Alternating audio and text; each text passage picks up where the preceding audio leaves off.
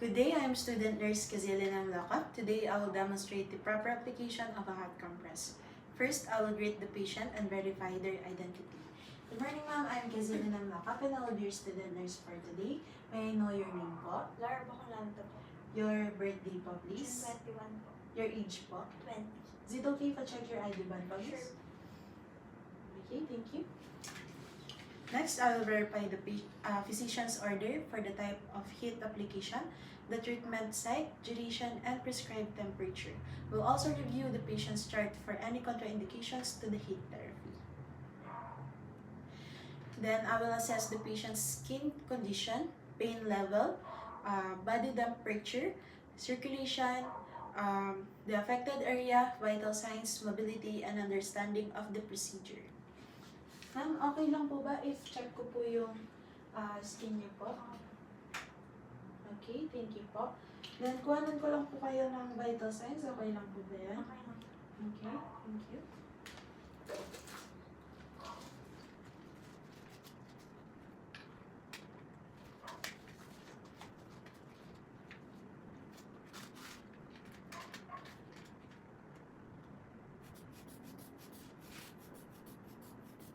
Okay, wait na po.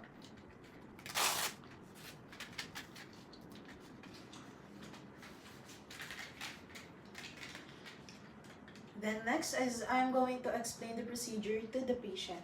So ma'am, ang gagawin lang po natin ngayon is maglalagay po ako ng hot compress sa affected area niyo po, yung nag-inflame po na kamay niyo, okay? So expect niyo po ma'am na medyo makakaramdam po kayo ng init. Pero normal lang naman po yun. Pero if hindi niyo po matolerate yung sakit, sabihin niyo lang po sa akin, aalisin ko po kaagad. Okay po?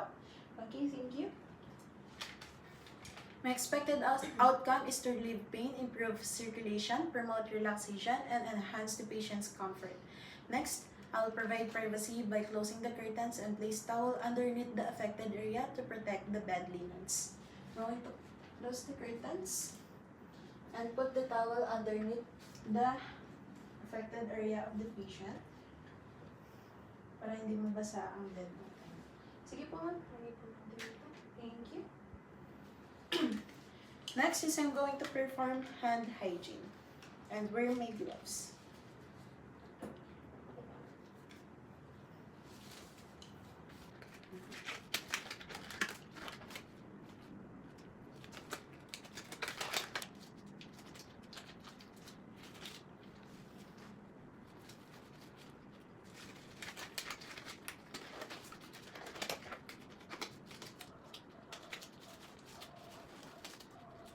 So next, I will check the temperature of the hot compress before applying it and wrap it in towel to prevent the direct contact with the skin.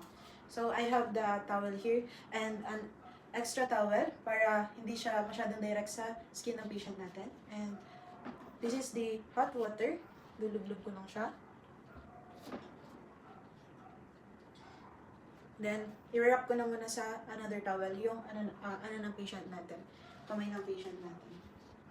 So, lagi ko lang po ito, okay?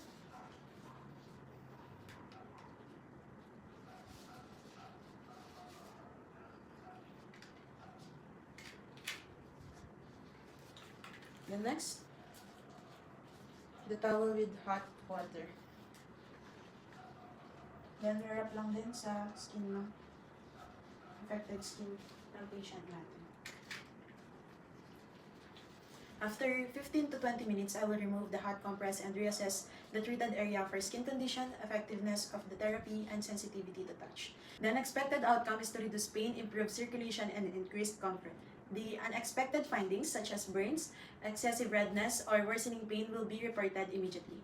After the procedure, I will remove my gloves properly, perform hand hygiene, clean and store the equipment, and assist the patient into comfortable position.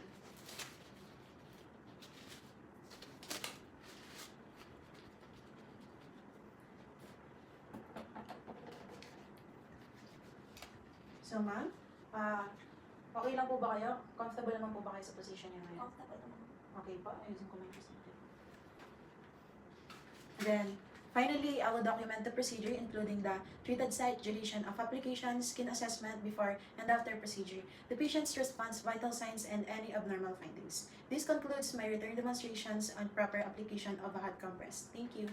Good day, I'm student nurse Kazilin Lakap. I will demonstrate the proper application of a cold compress. First, I will greet the patient and verify their identity. Good morning, ma'am. I'm Kazilin Lakap and I will be your student nurse for today. May I know your name po? Laura Bacolando po. Your birthday po? June 21. Your age po? 20. Is it okay if I check your ID band po? Sure. Okay. Okay, thank you. Next, I will check the physician's order to confirm the type of cold application, the area to be treated, the duration, and the prescribed temperature. We'll also review the patient's chart for any contraindications to cold therapy. Then I will assess the patient's skin condition, pain level, body temperature, circulation, and the affected area. We'll also assess the patient's vital signs, mobility, and understanding of the procedure. So ma'am, okay lang po ba if i-check ko po yung skin niyo po? Okay lang. Okay, thank you po ma'am. Then okay lang po ba if kuhanan ko po kayo ng vital signs ma'am? Okay lang. Okay, so lagay ko lang po pa.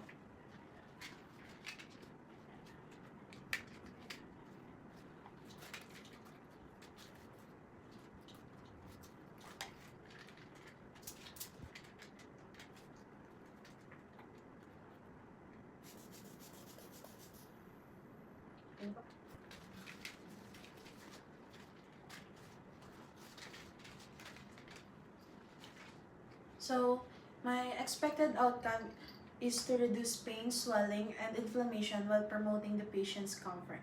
Next, I will gather and prepare all the necessary equipments. Nagather ko na po sila dito.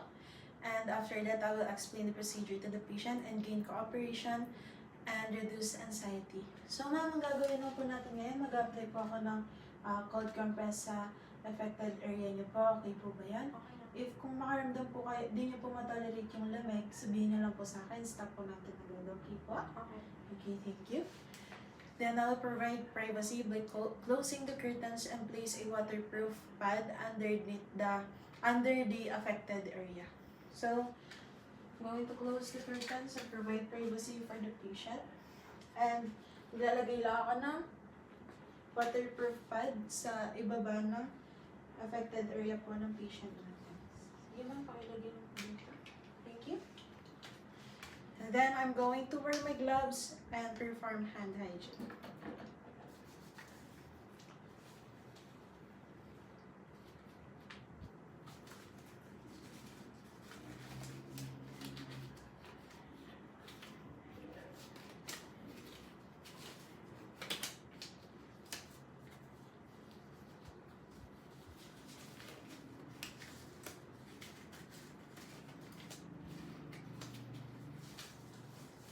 Then I will apply the cold compress and keep it in place for the prescribed time. Usually 15 to 20 minutes will continuously while continuously monitoring the patient's comfort and skin condition. Throughout the procedure, I will regularly assess the skin for excessive redness, pallor, cyanosis, numbness, or any sign of the discomfort. So, meron po akong extra towel dito and for the cold compress. So, ilalagay ko muna po itong extra towel natin sa kamay ni patient para hindi siya masyadong direct yung cold compress natin. Then after that is, meron po tayong basil dito and meron na po itong ice and malamig na siya. So, lulublog ko lang po itong ating towel. Then after that, lalagay ko na po sa kamay ng patient natin. After the treatment, I will remove my gloves properly, discard them, and in the appropriate waste container, and perform hand hygiene.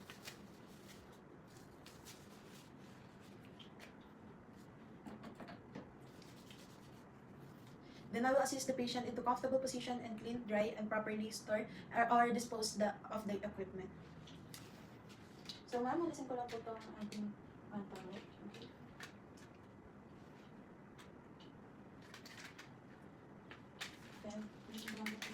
Hindi comfortable po ba ma'am? Comfortable naman. Okay, thank you. Next, I will reassess the treated area for skin condition, effectiveness of the therapy, and sensation to touch. Do you feel any discomfort po ba, ma'am? Okay, thank you.